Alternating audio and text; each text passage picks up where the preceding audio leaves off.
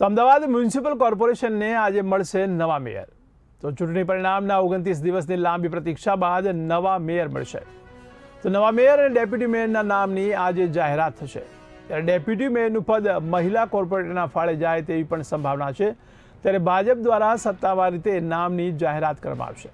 તો નવી ટર્મમાં સ્ટેન્ડિંગ કમિટીના ચેરમેન પદે કમલેશ પટેલની શક્યતા છે. ત્યારે દંડક તરીકે ચાંદખેડા વોર્ડના અતુલ મિશ્રાનું નામ પર મોહર વાગી શકે છે. તો આજે અમદાવાદના મેયર અને ડેપ્યુટી મેયરના નામની જાહેરાત થવાની છે. જો કે ડેપ્યુટી મેયરનું પદ મહિલા કોર્પોરેટરના ફાળે જાય તેવી પણ શક્યતા સેવાઈ રહી છે. તો ભાજપ દ્વારા સત્તાવાર રીતે આજે નામની જાહેરાત કરવામાં આવશે. તો નવી ટર્મમાં સ્ટેન્ડિંગ કમિટીના ચેરમેન પદે કમલેશ પટેલની શક્યતા છે.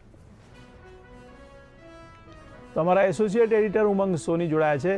જી ઉમંગભાઈ, ત્યારે આજે મેયર અને ડેપ્યુટી મેયરના નામની જાહેરાત થવામાં આવી છે અમદાવાદ મ્યુનિસિપલ કોર્પોરેશનમાં. તેને લઈને આપ શું કહેશો? મેં તમને જણાવી દઉં કે હાલમાં થોડા સમય અગાઉ સ્થાનિક સ્વરાજ્યની ચૂંટણીમાં ભાજપને ભારે સફળતા મળી હતી. મહાનગરપાલિકાની વાત કરીએ તો તમામ મહાનગરપાલિકાઓમાં ભાજપનો વિજય થયો હતો. સ્વાભાવિક છે કે પ્રજાએ મોટી સંખ્યામાં ભાજપને વોટ આપ્યા હતા અને સ્પષ્ટ બહુમતી મોટાભાગની મહાનગરપાલિકામાં ભાજપે મેળવી હતી.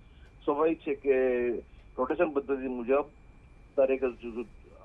દરેક મહાનગરપાલિકામાં મહિલા પ્રમુખ હોય, ઓબીસી હોય, એસસી હોય, એસટી હોય, સામાન્ય વર્ગ હોય, એવી રીતે પ્રમુખ પદ, mayor, deputy mayor, standing committee chairman, આ બધાની વરણી ખાસ કરીને થવાની હોય છે. ખાસ કરીને મેયર ને ડેપ્યુટી મેયરમાં રોટેશન પદ્ધતિનો અમલીકરણ થાય છે. હવે તમે જણાવી દઈએ કે ખાસ કરીને ગુજરાતની સૌથી મોટી જો મહાનગરપાલિકા તો અમદાવાદની છે. અમદાવાદ મહાનગરપાલિકામાં શહેર પ્રમુખ પોતે નામોના કવર લઈને ઓફિસ પહોંચી ગયા છે. જોડે મહામંત્રી અજય બ્રહ્મભટ્ટ પણ છે. હવે અમદાવાદની જ વાત કરીએ તો 192 કુલ સીટ છે, એમાંથી 160 સીટ ભાજપની છે અને 32 સીટ કોંગ્રેસની છે.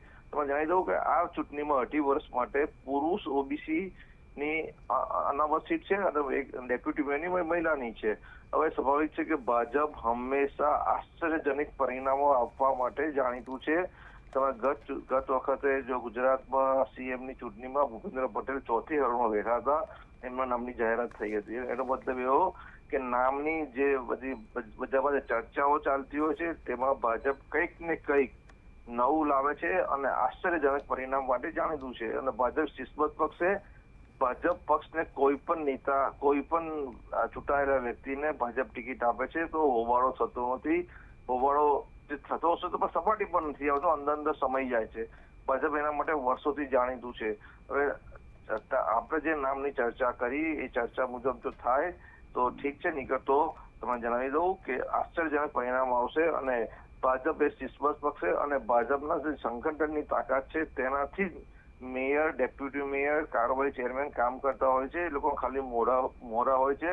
કમલમમાંથી જે સીધી સૂચના અપાય છે તે મુજબ આ કામગીરી કરતા હોય છે, જેનો ફાયદો સીધો ભાજપને દરેક ચૂંટણીમાં ભારે સફળતા મળે છે.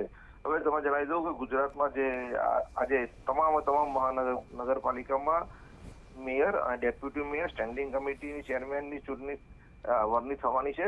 સ્વાભાવિક છે કે એના માટે ભાજપે છેલ્લા ઘણા દિવસથી, ઘણા રાઉન્ડથી નેતાઓ કમલમમાં મથામણ કરી અને નામોની જાહેરાત આજે ટૂંક સમયમાં લગભગ 12 વાગ્યા સુધીમાં ગુજરાતના તમામ મહાનગરપાલિકામાં mayor, deputy mayor, standing committee, દંડક નેતાની નામની જાહેરાત થવાની છે. જયેશભાઈ. જી, સમગ્ર માહિતી બદલ આપનો આભાર. ત્યારે આજે અમદાવાદ મ્યુનિસિપલ કોર્પોરેશનમાં નવા મેયર અને ડેપ્યુટી મેયરની વરણી કરાશે. તો નામની જાહેરાત કરવામાં આવશે. ત્યારે ડેપ્યુટી મેયરનું પદ મહિલા કોર્પોરેટરના ફાળે જાય તેવી પણ સંભાવના છે. તો ભાજપ દ્વારા સત્તાવાર રીતે નામની જાહેરાત કરાશે. તો નવી ટર્મમાં સ્ટેન્ડિંગ કમિટીના ચેરમેન પદે કમલેશ પટેલની શક્યતા છે. ત્યારે દંડક તરીકે ચાંદખેડા વોર્ડના અતુલ મિશ્રાના નામ પર મોહર વાગી શકે છે.